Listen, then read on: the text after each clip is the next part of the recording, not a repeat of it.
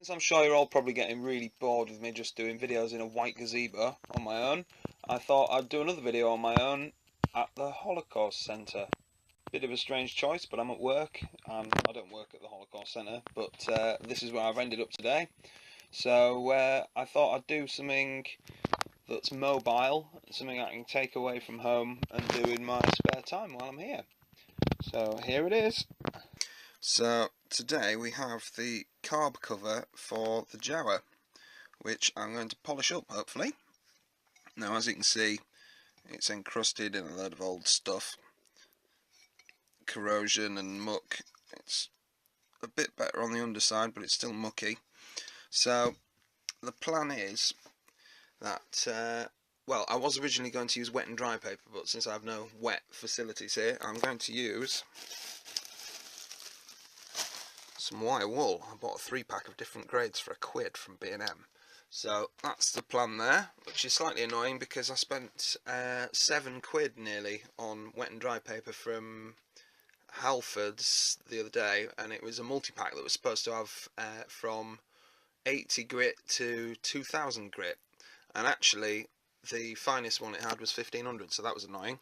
But here's what I've got anyway. So there's a carb cover, got some wire wool, and then I'm going to polish it. Well, first of all, I've got some carb cleaner to get the stuff off it. The top snapped off this one, irritatingly, so that'll be fun trying to get that out of the can, but I've got it anyway just in case. Now I was going to polish it with the proper stuff which I've seen used before, which is in like a block. You can get 3 grades: black, brown or white.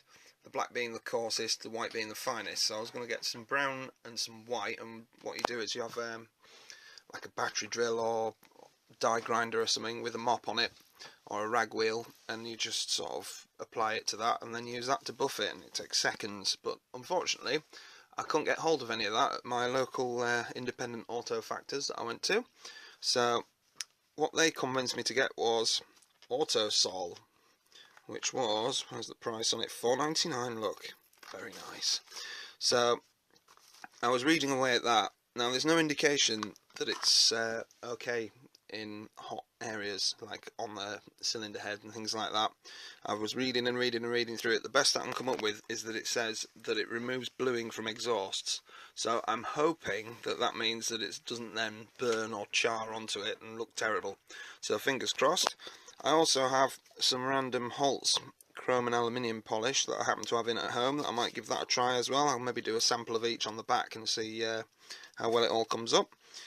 A few rags and things, gloves, and most importantly of all,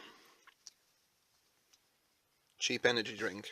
So I'm going to have a go at taking some of the crap off here. I think I'll do one side and leave the other side for a bit of contrast so we can see how well it's worked. So I'll make a start on that. So I've got the gloves on, I've got a rag in my lap because I'm wearing a shirt and tie. I probably look a bit of an idiot. The guy on the coach next to me is probably thinking, what the fuck? But right, I've got a bit of the finest wire wool, so I'm just going to start going at it. This is definitely a one-hand job, isn't it? Or a two-hand job. But yeah, I'm going to start polishing this side and then come back to it. It's starting to look a little bit better already. So I've just gone over this fin here with a bit of Autosol on my finger. Look at all the black that came off the aluminium. You can still see a bit of oxidation on the corner there, while that was kind of all over it. So yeah, that's done really well. I'm just going to put a bit more Autosol on my finger. You can't see it because I haven't got enough hands to show you, but only that much, not very much at all, just a tiny little bit. And it seems to go quite a long way, this stuff.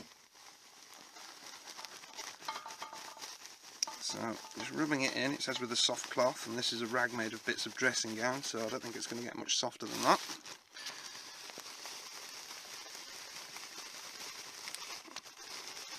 Just rub it for 30 seconds to a minute, just enough to make anyone looking through the window wonder what the hell I'm doing.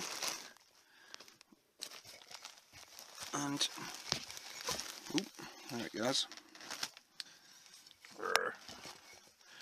Right, there it is. So found a clean bit of cloth and rub it off.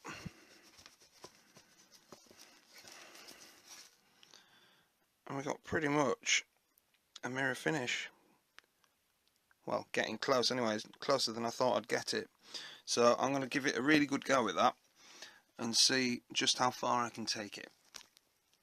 I may well need to wet and dry it again first because there are quite a lot of imperfections on it, but I can always wet and dry it when I get home, and at least I'll have a fairly decent starting point.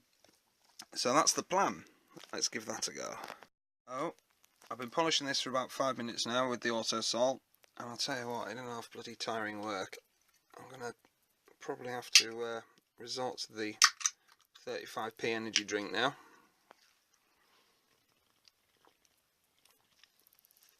That's better. Right, I'm ready to carry on, but before that, I'm fairly pleased with that. I do think it needs a bit of wet and dry on it. Just some fine stuff, just to take the imperfections and 50-year-old little pits and things out of it.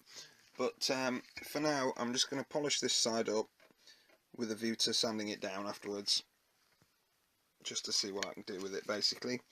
And I'm going to wire wool this ready for wet and drying it when I get home. I think this is where I'm going to leave it for now. You can see how shiny that is, or isn't. It's not come up too bad, I don't think, really. And on this side we've got the original pits and flakes and excitement there. So I'm just going to wire wool that side, and then I'm going to call it a day, I think, and read a magazine or something.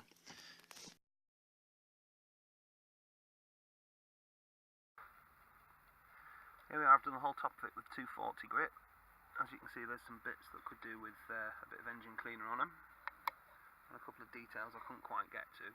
But the main object of this is just to make it a bit smoother and better, ready for the cylinder head going on and the cylinder. So obviously I won't be able to reach to polish it after that. So this side we got as far as 400 grit, and on this side you can see there's a slight dull shine to it. That's with 800 grit that's been done with.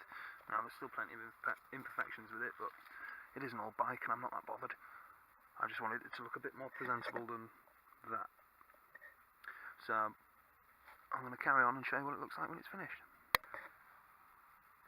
So 800 was the finest we've got in this pack, weirdly, despite the fact it clearly says you've got 4 sheets of 1200 in there. So that's what it looks like when it's all been done on 800. It does need a bit of a clean off, but I'm going to go to it with the Autosol and see what I can get off with that. And then it's time to rebuild the head and the cylinder and the piston and all that fun stuff. So I'll go get the Autosol and get cracking. So here's the finished product. I've gone over it with Autosol dead quickly. Really didn't spend much time on it at all. There's plenty of casting marks in it, but it was made in the 50s in the Czech Republic, so you know, it was a budget motorcycle factory from what I can gather, so it's never going to be absolutely perfect, but I love it, so that'll do nicely. Next step, put the piston on. Okay guys, I've got a new toy. This is my new die grinder, and I've also got cutting compounds and a mop. Now the cutting compounds and mop were from Aldi for £3. Bargain. So let's see if I can make the top of this any better.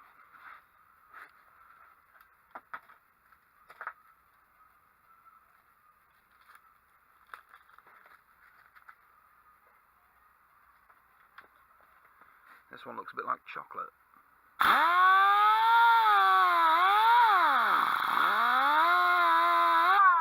Right, let's give it a go.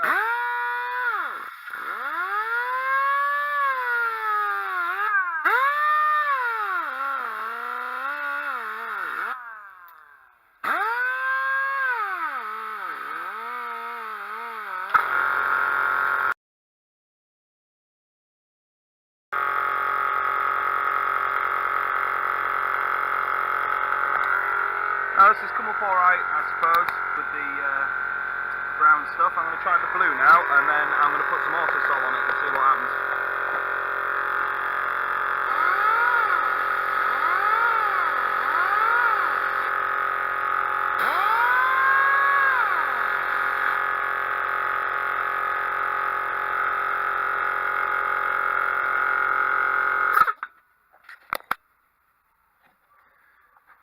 Now, that bit has been done with the blue, and that's a mirror shine right there, which is bloody brilliant. I wonder if Autosol would have done that if I had it on a mop. Let's find out. Put a dab of this on here. See how she does. Flies off everywhere, doesn't it? Take two, let's rub this stuff in a bit, so it doesn't all fly off.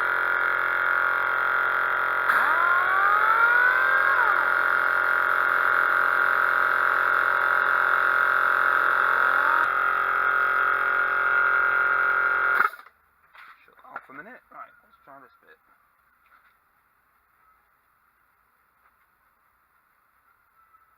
Now that Autosol must be a bit coarser because it's not come out well. That's the bit I did with Autosol, and just a bit of a test. I've gone over the mirror bit with the Autosol, and it's actually made a little bit of a mess of it. It's still a bit mirrored, but it's not as good as it was. So the blue stuff's the way to go.